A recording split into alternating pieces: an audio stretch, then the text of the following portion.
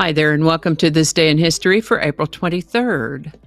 April 23rd is the 113th day of the year in the Gregorian calendar, 114th in leap years, with 252 days remaining to the end of the year. April 23rd is World Book Day, also known as World Book and Copyright Day or International Day of the Book. This is an annual event that was organized by the United Nations Educational, Scientific, and Cultural Organization, also known as UNESCO, if you ever wondered what UNESCO stands for. World Book Day was initiated to promote reading, publishing, and copyright, and was first celebrated on April 23, 1995. World Book Day. And before we move on to the word of the day and the rest of the day's items, I want to pause for a moment to say hello to a special gathering of my viewers, the residents at Sunrise Senior Living in Grand Rapids, Michigan. I appreciate you, my good folks out there at Sunrise Senior Living. It's so heartening to hear from my viewers, and I thank you for watching. I do think of my audiences as I put these together, and I pray for your health, happiness, and prosperity, and blessings for your caregivers as well. Thank you so much for watching and letting me know you're out there.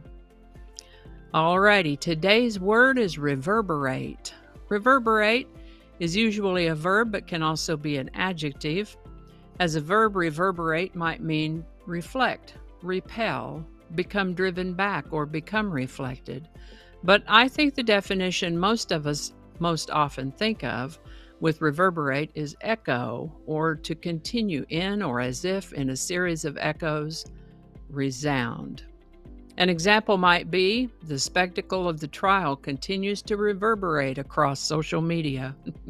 As an adjective, it's typically pronounced a little differently, reverberate, and it means tending to reverberate, having the quality of reverberating or marked by reverberation. Resonant. An example here might refer to a reverberate cathedral. The word reverberate comes to us from Latin. First known use as a verb is in the 1400s and as an adjective in 1603, reverberate. And with that, the first public school in the United States, Boston Latin School, was founded in Boston on April 23, 1635. This is the birthday of German physicist and academic and Nobel Prize laureate Max Planck, born April 23, 1858. He was a real smart guy. He figured out a lot of stuff.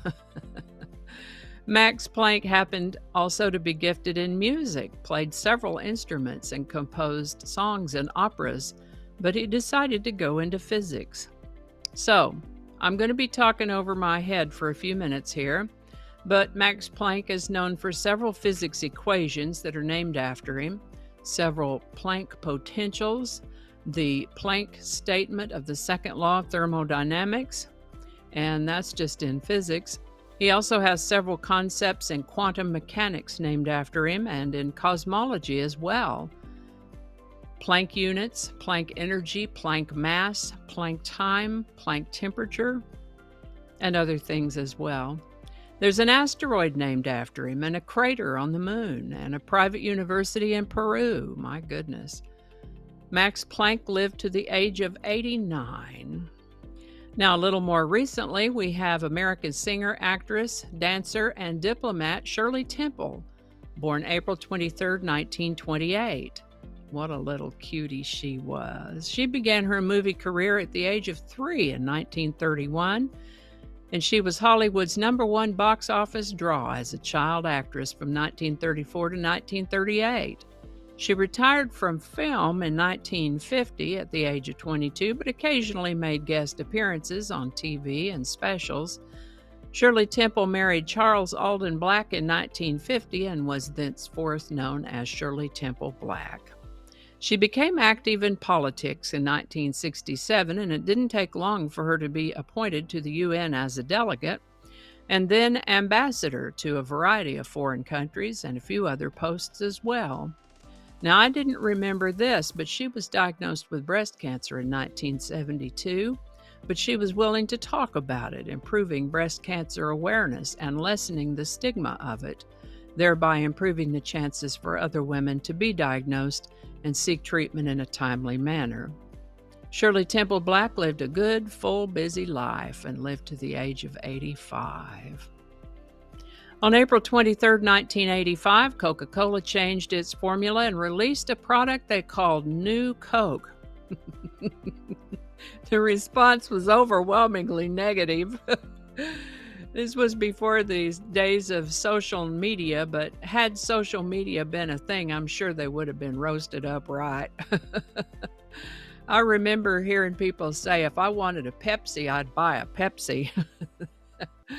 I wasn't drinking Pepsi or Coca-Cola at the time, so I couldn't really make a valid comparison, but I do remember people were pretty hot about it. The original formula was back on the market in about 3 months. On April 23, 2005, the first ever YouTube video entitled Me at the Zoo was published by a fellow named Jawed Kareem. And I wondered, how in the world did he know? How did he find out? How did he know to upload the video and be the first? It turns out that he was a co-founder. That would do it. That would do it all right. There's only that one video on his channel, and he has 3.49 million subscribers.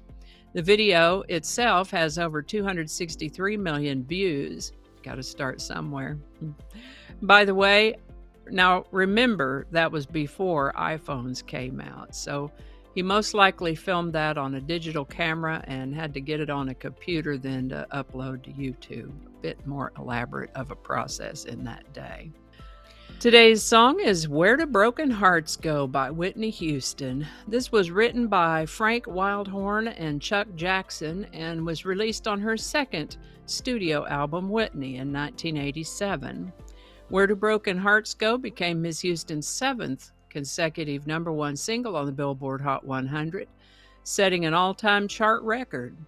We find it in its first of 2 weeks in the #1 spot on the Billboard Hot 100 on April 23, 1988. Where Do Broken Hearts Go by Whitney Houston. Link in the description. And I think that's going to do it for us today. Thank you so much for watching. Consider subscribing if you haven't already. Feel free to share this video with a link in your email, messaging, or social media. If you enjoyed this series, you can check out the playlist that contains these videos. I'll put a link to that in the description. That description lives on YouTube, so for other platforms, I'll include a link to my blog page that's called No Really. You can also find me on Rumble, Parler, BitChute, and Getter. All those links in the description. Alrighty, that's all I can think of right now. Thanks again, and I'll see you next time. Do not disturb. Okay, I turned Do Not Disturb on. Good job. Third time better be a charm. There's no thee there. One more time. Attracting. Just read the whole thing over. Are you making some sound? Get on out of here. And we're gonna edit that out. Don't alienate people who can be helpful to you. Flinging happiness all over the place. Alrighty, back to work. I think we got it this time.